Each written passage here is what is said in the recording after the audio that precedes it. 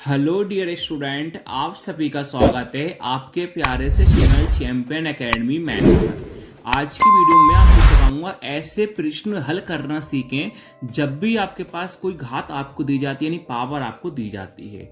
जैसे पहला वाला आपका पास प्रश्न है 16 1/2 का मान कितना होगा। सेकंड है 125 1/3 का मान कितना होगा। चलिए पहला वाला हम प्रश्न करते हैं स्टार्ट।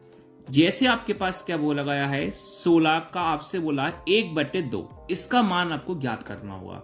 तो हमेशा ध्यान रखना, जब भी आपको कोष्टक में कोई संख्या दी जाती है और आपके पास घात दी जाती है तो पहले क्या करना होता है, कोष्टक के अंदर जो भी संख्या होती है उसका आपको करना पड़ता है अभाज्य गुणनखंड। तो संख्या आपके पास कौन है, 16 है, 16 का कर लो आप अभाज्य गुणनखंड। करते हैं हम साइड में, देखो 16 है मतलब पीछे 6 है, तो सबसे पहले पता किससे काटेंगे, 2 से काटेंगे। तो 2 के पाड़े में 16 कितनी बार में आता है, 8 बार में। अब 2 के पाड़े में 8 कितनी बार में आता है, 4 बार में। दोबारा 2 से काटेंगे। 2 के पाड़े में 4 कितनी बार में आता है, 2 बार में। दोबारा 2 से काटेंगे हम आसानी से। 2 के पाड़े में 2 कितनी बार में आता है, 1 बार में। तो आप देख सकते हो हमने 16 के कर ली अभाज्य गुणनखंड। अब ये देखो 16 में आपके पास कौन कौन आया, 2 कितनी बार आया, 4 बार। 1 बार, 2 बार, 3 बार, 4 बार।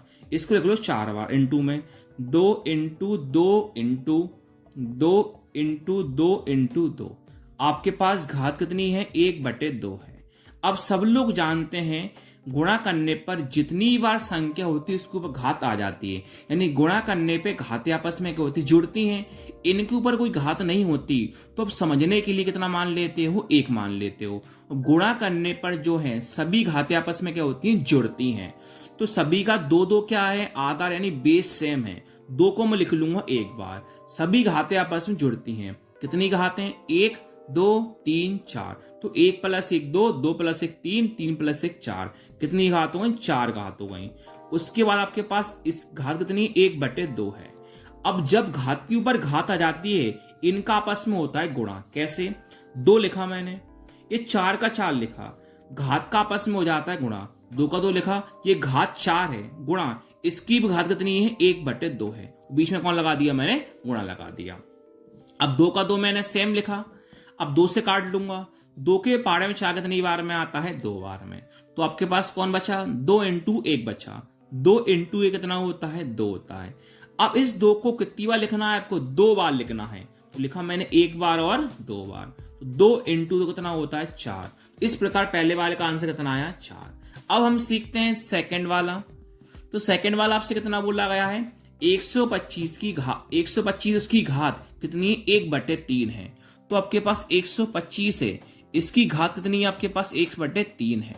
तो सबसे पहले हमें क्या करना होगा, 125 का करना होगा अभाज्य गुणनखंड। चलिए हम करते हैं 125 का। देखिए पीछे कौन है, 5 है, तो किससे काटेगा, 5 से काटेगा, 2 से काट नहीं सकता।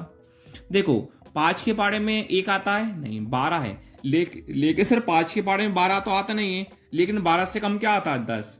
तो 5 के पाड़े 10 कितनी बार में आता है, 2 बार में। 12 था, 10 का यूज कर लिया, कितना बचा, 2। अब 2 और 5 कितना होता है, 25। तो 5 के पाड़े में 25 कितनी बार में आता है, 5 बार में।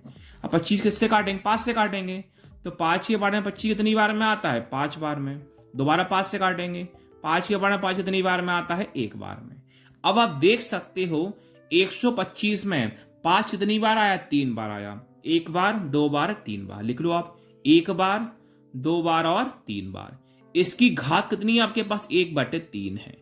घात कितनी मान ले, समझने के लिए 1 मान लेते हैं। सभी का 5 5 क्या है, सेम, घातें आपस में जुड़ती हैं, 1 2 और 3। और इसकी घात कितनी है, 1/3 है। घाती घात का आपस में क्या होता है, गुणा होता है। तो 5 का 5 मैंने सेम लिखा, एक घात कितनी है, 3 है। इनका गुणा कर दूंगा 1/3 से।